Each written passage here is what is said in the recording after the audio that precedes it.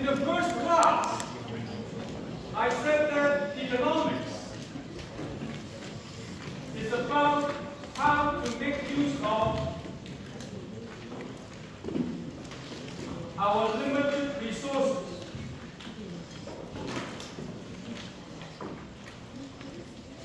To get the most and make people the happiest.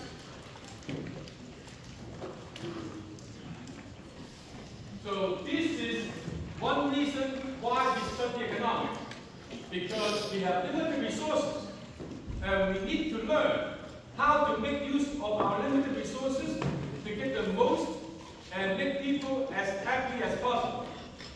So today, in chapter 4, we're going to address this issue. That is, what do we mean by getting the most? And what do we mean by making people the happiest? Now, to do this, we need to look at supply and demand. Revisit. In other words, we're going to look at the supply curve and the demand curve. And we will look for another way to interpret the supply and demand so that it will help us explain why equilibrium is going to make people the happiest. In the process, along the way, we will also explain the law of demand and the law of supply. So, let's first start with demand.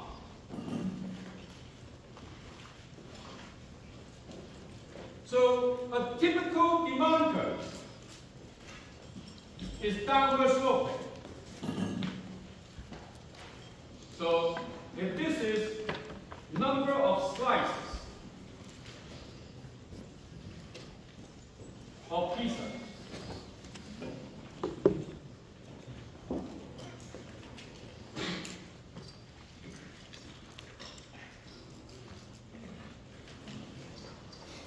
so suppose you didn't eat dinner before you come to class, and after class you were super hungry.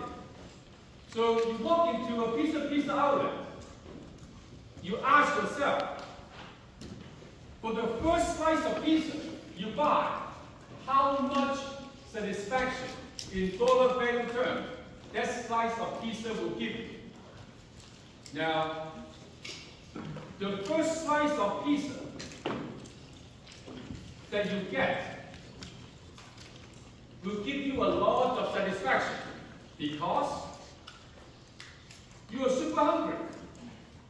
So, for example, the first slice you are willing to give, you pay $10 because consuming this slice of pizza, it will give you an equivalent of $10 value worth of satisfaction. Now, after you finish the first slice, you are still a little bit hungry, and you are thinking about getting the second slice. So, how much will you be willing to pay for the second slice if you ask yourself? Obviously, the second slice would not be giving you as much satisfaction as the first slice because you are not as hungry as before.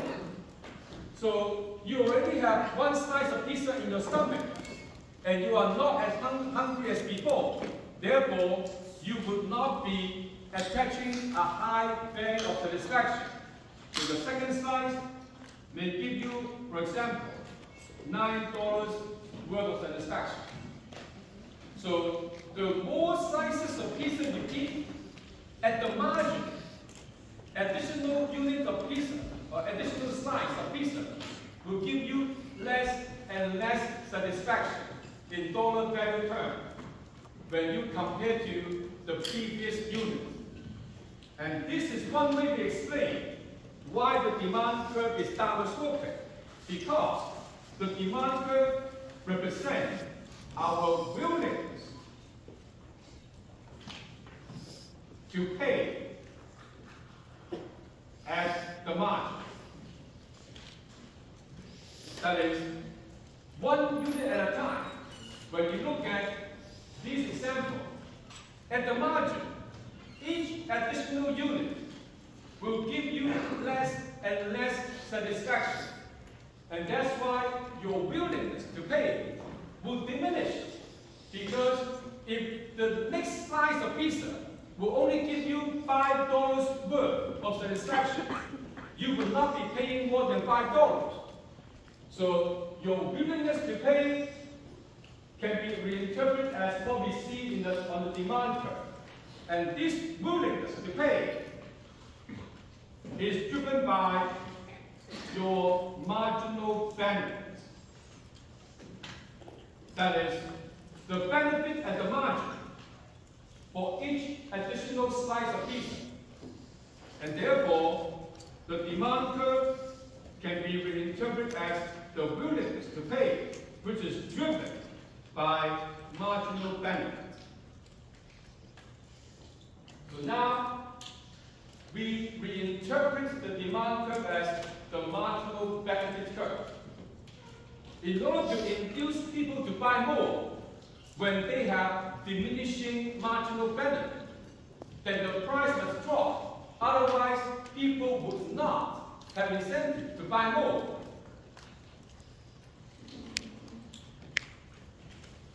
And now, next, when we look at the demand,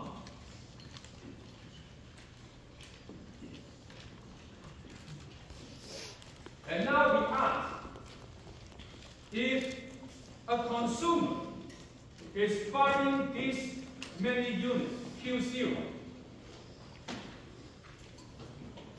what is the total benefit from consuming these many units?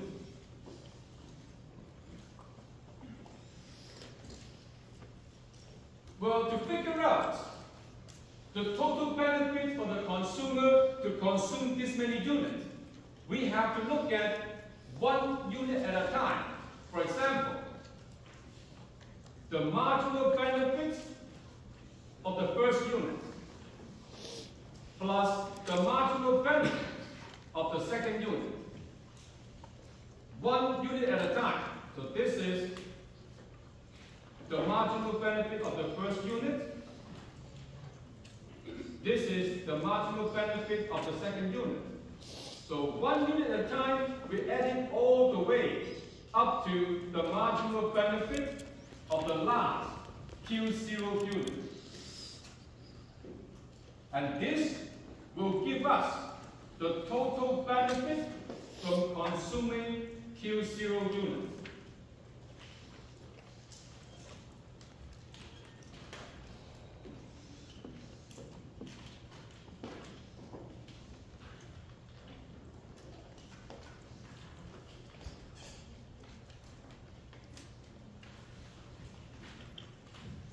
So, summing up all the marginal benefits, what we're actually getting is the area under the demand curve, all the way to Q0 units. So this is what this is about. It's the area under the demand curve up to Q0 units. So that represents the total benefit or total satisfaction for the consumer to consume Q0 units. So we talk about the benefit. What about how much the consumer has to pay to get these many units? So according to the demand,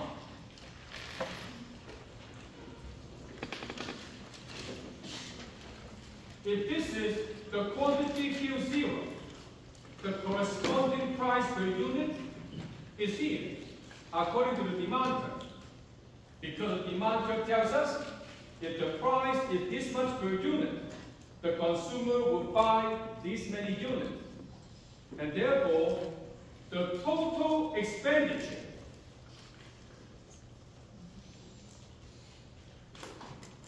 to get Q0 unit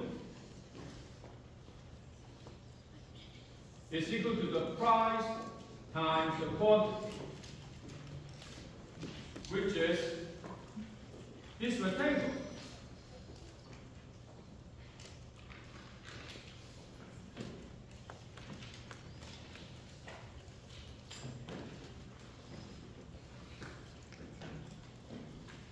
And now we have the total benefit, we have the total expenditure. We can compare the two. That is, the satisfaction the consumer gets compared to how much he pays.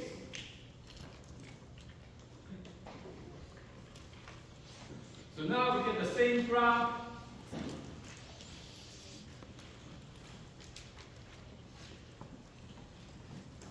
Q0, P0. We call this area 1, area 2.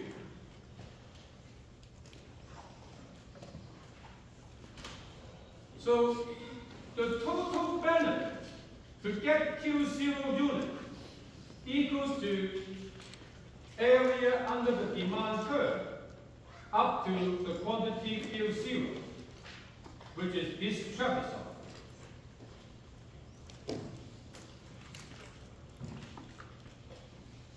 That is area 1 plus area 2.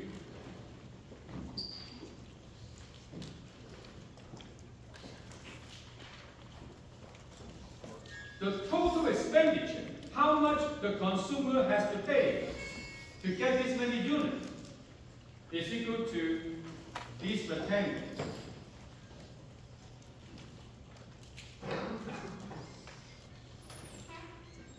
Which is area 2. So now, if we compare the benefit the consumer enjoys minus how much it costs, the difference would be area 1. So, for example, if this is $60, this is $200. The consumer enjoyed the benefit equivalent to $260. The consumer only needs to pay $200. In other words, this $60 worth of benefit is free. The consumer enjoys this much benefit, but the consumer is not required to pay for it. And this is what we call the consumer surplus, which is telling us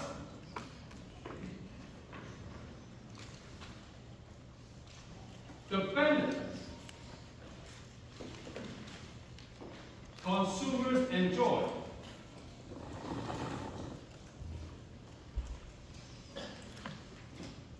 without being charged.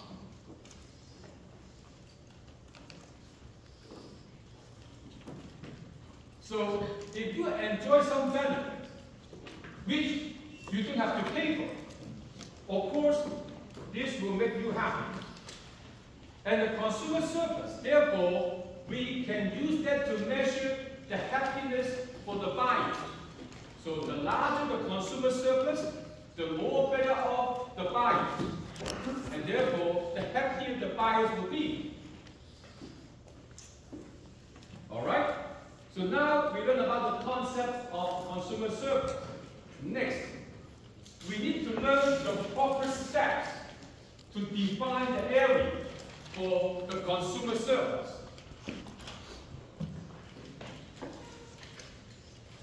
So if this is the demand curve, this is the price the consumer pays, this is the quantity the consumers buy. And according to our example earlier, this is the area for consumer surplus. Now, a lot of the students, they don't pay attention to how we can properly define the area for consumer surplus, because they naively believe consumer surplus always looks like a triangle. No, consumer surplus may not look like a triangle. Therefore, if you learn the proper way to define the consumer surplus, no matter what it looks like, you can always find the correct area. First, the consumer surplus is that it must be the area under the demand curve. That is, everything under the demand curve. And then it must also be the area above the price buyers pay. That is, everything above the price the buyers pay. And last, must be up to the quantity buyers buy, which is here. So with these three guidelines, we properly define the area for the consumer surplus.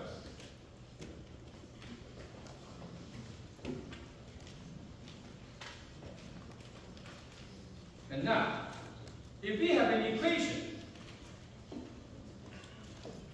we can easily figure out the actual area for the consumer surplus.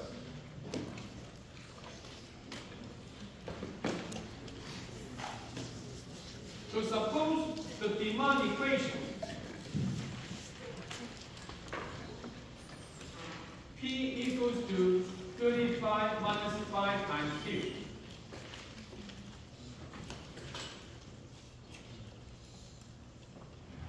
In other words, the 35 represents the vertical intercept of the demand. And now, if I ask you, find the consumer surplus at the price equals to 15. So if the price equals to 15, how big is the consumer surplus? Well, the price is here, 15. To find the consumer surplus, we need to know what is the quantity when the price is 15, which with the demand equation, we can easily figure out. When the price is 15, the quantity is following the demand equation. When the price is 15, this must be the quantity. And therefore, 5Q equals to 20. Q equals to 4. So now we figure out this quantity equals to 4. Once we get this quantity, then it is easy. Because the consumer surplus, when quantity equals to 4, is simply this triangle, which is the height, 35 minus 15 times the base is 4 divided by 2. And therefore, the consumer surplus equals to 40. So, with the equation, we can exactly calculate the value of the consumer surplus.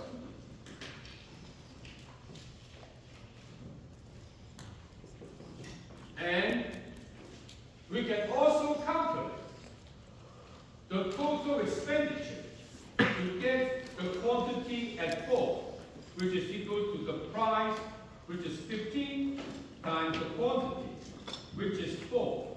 And therefore, the consumer is paying $60.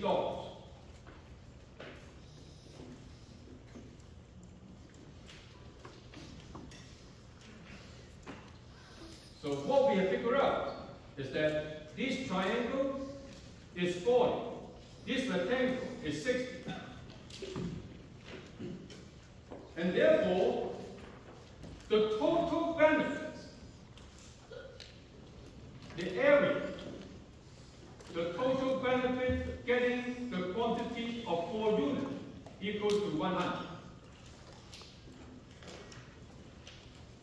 So we are using high school geometry and elementary school algebra to figure out the consumer surplus. A lot of the times, we don't even need a calculator. So now we learn about the consumer surplus, how to define it, how to calculate the consumer surplus. Next, we can use the consumer surplus concept to prove the law of demand. The law of demand says when the price drops, the quantity demand increases. But in chapter 3, we did not explain why when the price drops, people would actually buy more. What is the motivation? What is the incentive?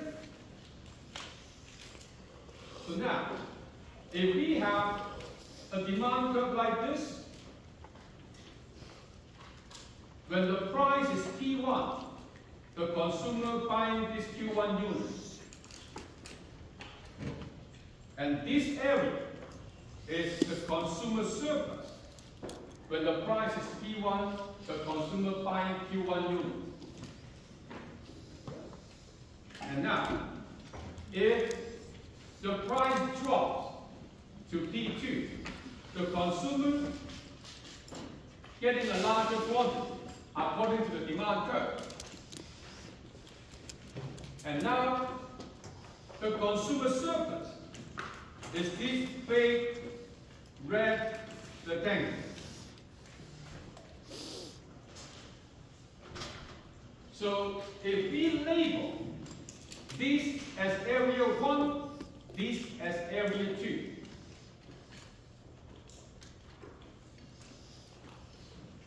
Then, consumer surplus 2, the bigger triangle, equals to the initial consumer surplus plus area 1 plus area 2.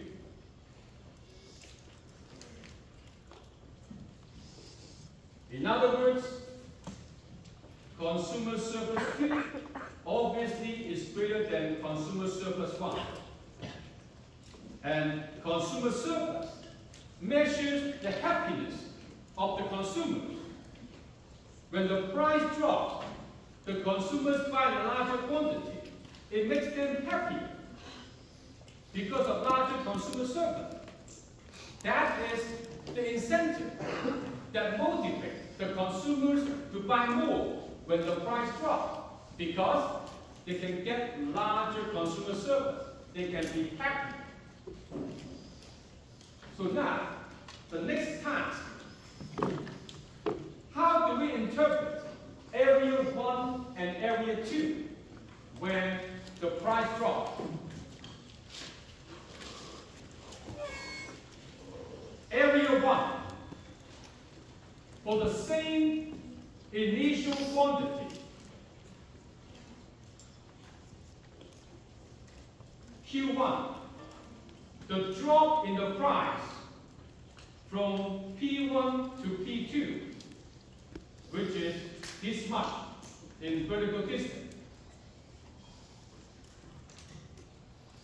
This vertical drop from P1 to P2. And buying the same quantity, Q1, that is area 1 represents savings. Savings on the initial quantity. If you buy the same quantity and you are paying less, of course, that will make you happy. So this is what area 1 represents, the increase in consumer surplus when the price drops due to saving. What about area 2? Let's blow up this area so we can see it better. So area 2 in the graph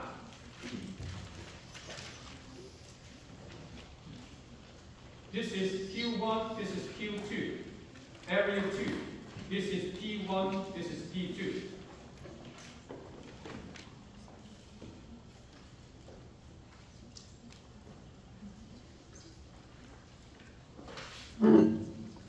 Along the demand curve, remember the demand curve can be reinterpreted as the marginal benefit.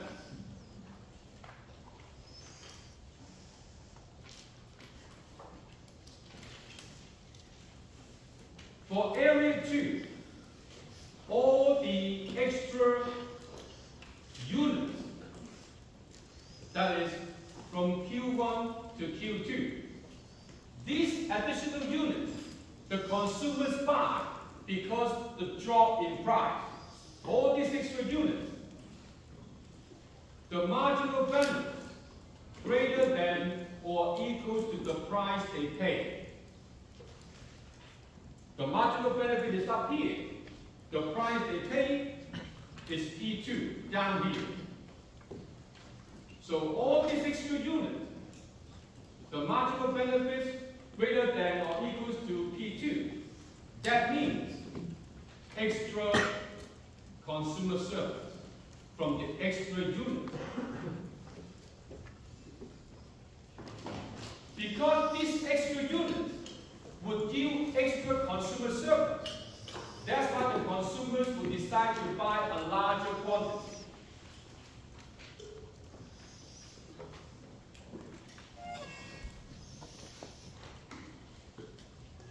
Alright? So now we finished about the demand side story. Let's move on to the supply side.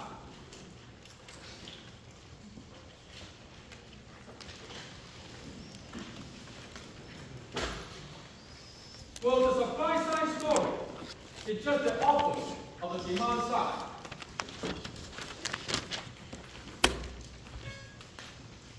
For the sellers, for them to have enough incentive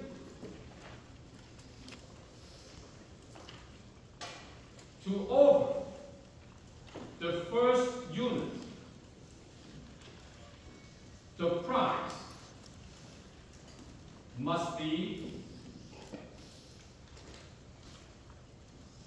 here, according to the supply.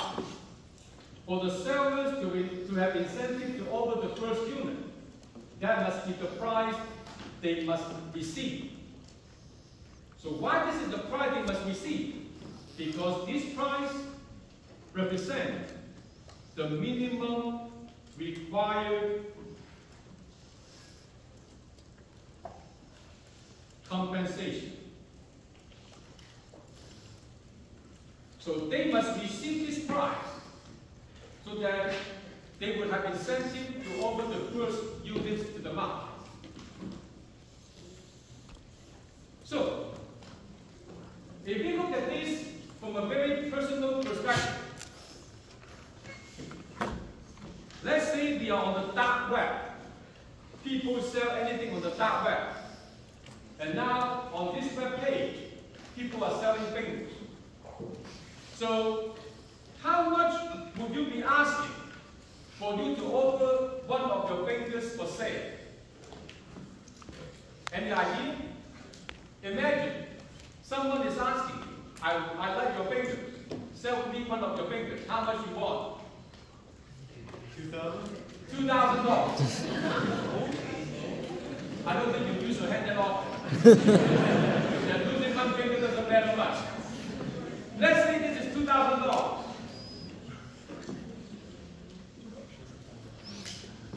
So these $2,000 represent the minimum required compensation so that you would have incentive to sell one of your fingers. And now, suddenly it becomes viral. And now people are asking you, do you want to sell another finger? How much would you be asking if people are asking you to sell a second finger? 6,000. Why more than the first one? Yeah. The total number of fingers is increased, so you have less ability to compensate. Yeah. Imagine, for the 10 fingers you have, the first finger you would sell, if you are a right-handed person like me, will be the left pinky. Because out of all the fingers, the pinky is less useful. And you are right-handed. This is the least useful finger. The second one you would want to sell is your right pinky. Why the second pinky costs you want to ask for more? Because without the second pinky, how are you going to pick your nose? So this is inconvenient. Now without both pinkies, what about the third one? Would you ask for more? Of course. The fewer fingers you have, the less convenient, and therefore the higher the minimum required compensation. In other words, this minimum required compensation is actually can be called the marginal cost. The cost to you in terms of inconvenience without each additional finger. So, if you remember what we talked about 10 minutes, 20 minutes ago, demand can be reinterpreted as willingness to pay, which is driven by marginal benefit. And now, we have reinterpreted the supply curve. The supply curve can be reinterpreted as the minimum required compensation, which is driven by the marginal cost. And now, the supply curve can be reinterpreted as the marginal cost curve.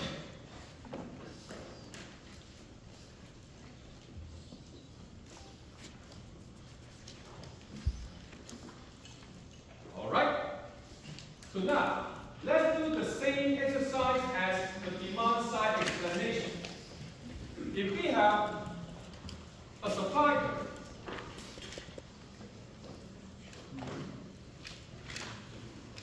and this is the quantity the sellers would like to sell to the market, then you ask, what is the total minimum required compensation for sellers to have incentive to offer Q0 units?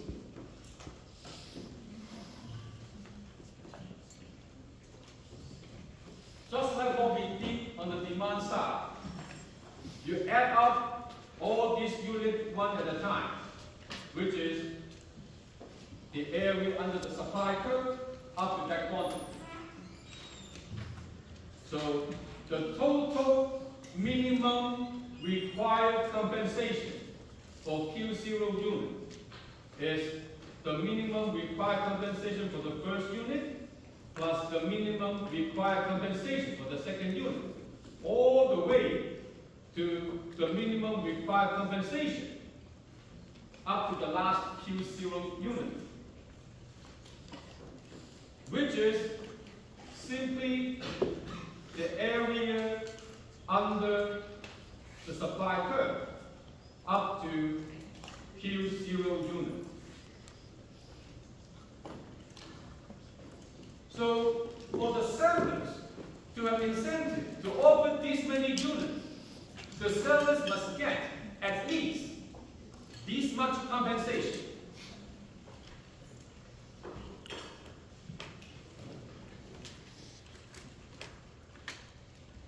Alright? And now, just like the demand, if this is a supply curve, at this quantity, this must correspond to this price. And therefore,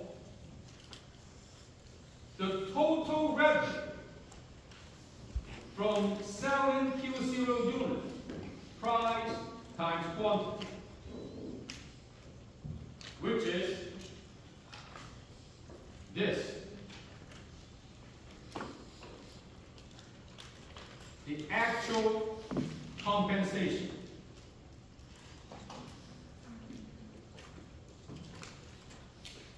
So if the sellers, they're actually offering Q0 units to the market at this market price, they will be getting more compensation than what they are asking for. And therefore, this area, 1, is equal to the total revenue minus the total minimum required compensation, which is what we call the producer's surplus.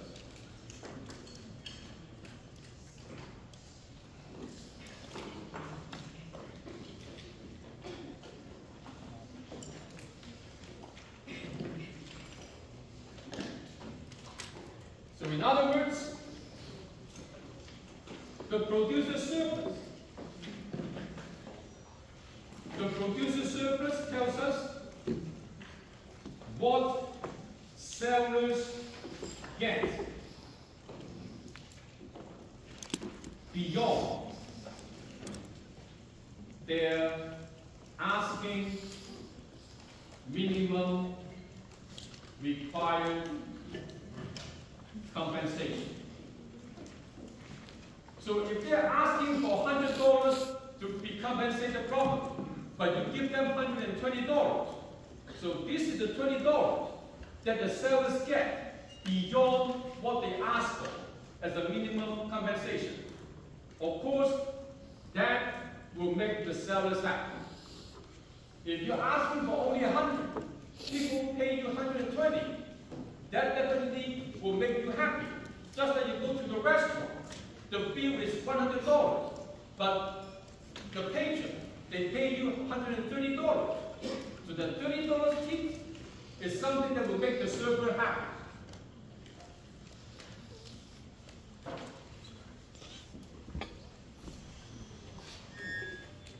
And just like the consumer surplus, the producer surplus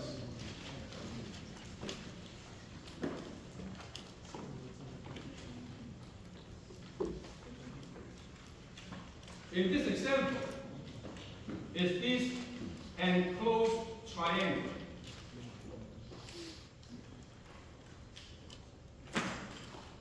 But in reality, the producer's surplus is not always an enclosed triangle that we can easily calculate and figure out. So now we need to look at how do we properly define the producer's surplus. First, it must be the area above the supply curve. That is, everything above the supply curve. And it must also be the area below the price seller's key, which is here. And last, up to the quantity sellers sell, which is Q0. So if at the price P0, the sellers sell Q0 units, according to this three guidelines, we can define this area.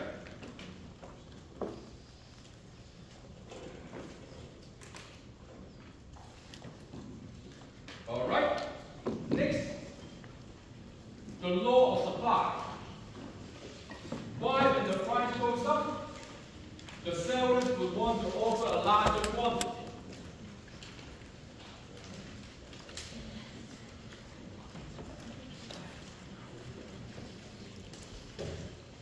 The law of supply.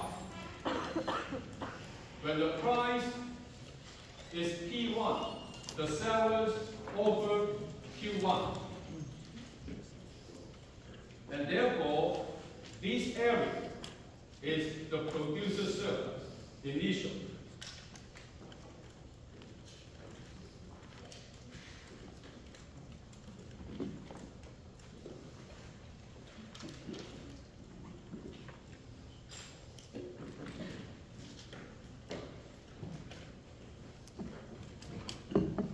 And if the price goes up to P2, the sellers will be offering a larger quantity, Q2. And now, the producer surplus is the larger triangle, including all this area. And if we chop this up into area 1 and area 2, so this is producer surplus. And therefore, the producer surplus, when the price is P2, the sellers selling Q2 units, equals to the initial producer surplus plus area 1 plus area 2. And obviously, producer surplus 2 is greater than producer surplus 1. And therefore, the price goes up, selling a larger quantity. The sellers are happy. And that's why they have incentive to offer a larger quantity when the price goes up, because that makes them happy when they can get a larger producer surplus. And then we have to interpret the gain in producer surplus, area 1 and area 2. What do they represent?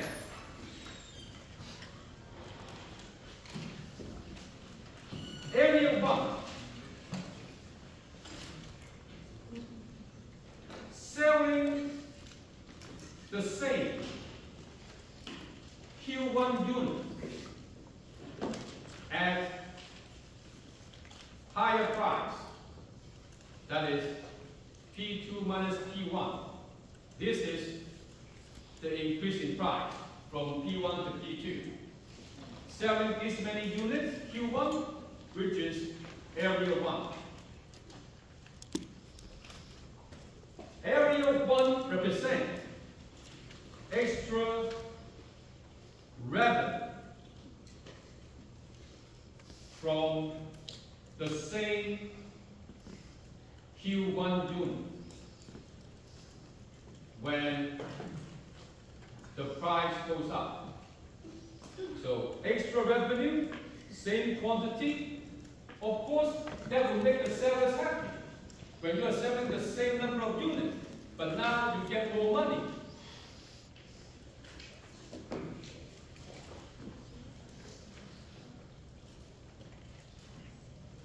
Next, area number 2. We need to blow up that area so that we can see better.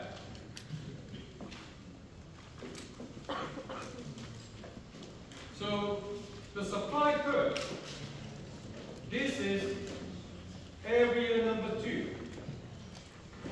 And this is Q1, this is Q2, this is P1, this is P2.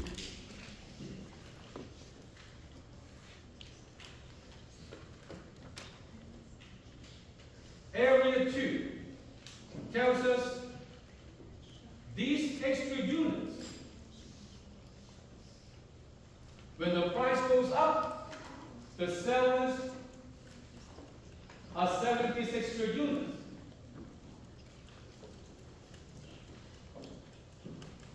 For these extra units, Q1 to Q2, these extra units, along the supply curve, we know the supply curve can be interpreted as the marginal cost. The price P2 is greater than or equals to the marginal cost because P2 is up here. So in other words, this extra unit brings in extra producer surplus. This is what area 2 represents. Because all these extra units, the firm will receive more money than what it will cost the firm, or what the firm is asking for compensation. So this extra producer surplus from the extra unit will be the incentive why the sellers will be offering a larger quantity when the price goes up. So now we learn about supply, we learn about demand. Of course, when you have the supply equation, you can easily figure out the size of the producer surplus. And next, equilibrium.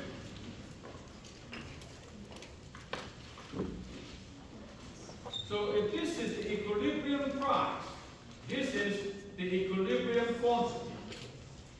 According to what we learned earlier,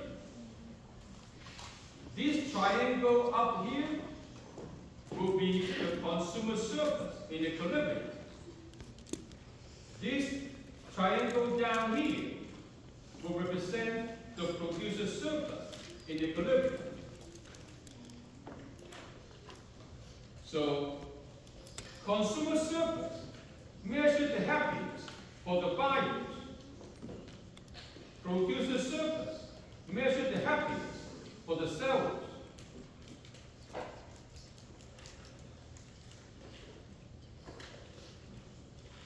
If we add these two together, consumer surplus plus producer surplus, that is what we call the total surplus in equilibrium. The total surplus measures the overall happiness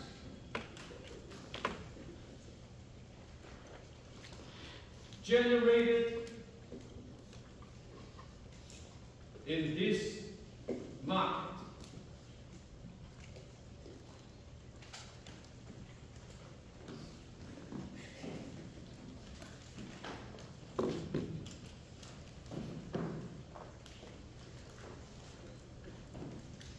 And now, proposition.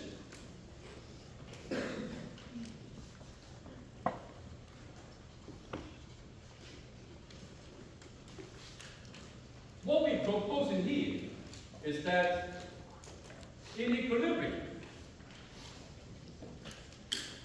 the total surplus is maximized.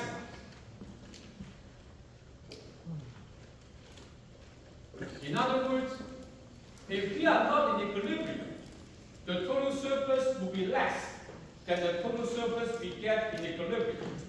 And therefore, if this is maximized, that means we are offering the maximum happiness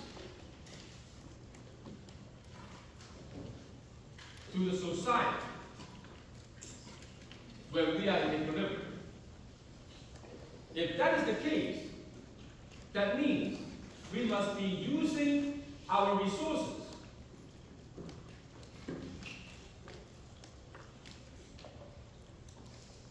efficiently. Because if we use our resources efficiently, we can get the most and make the people the happiest. So this is a proposition. And I'm going to prove it after the break. So let's take a 10 minutes break.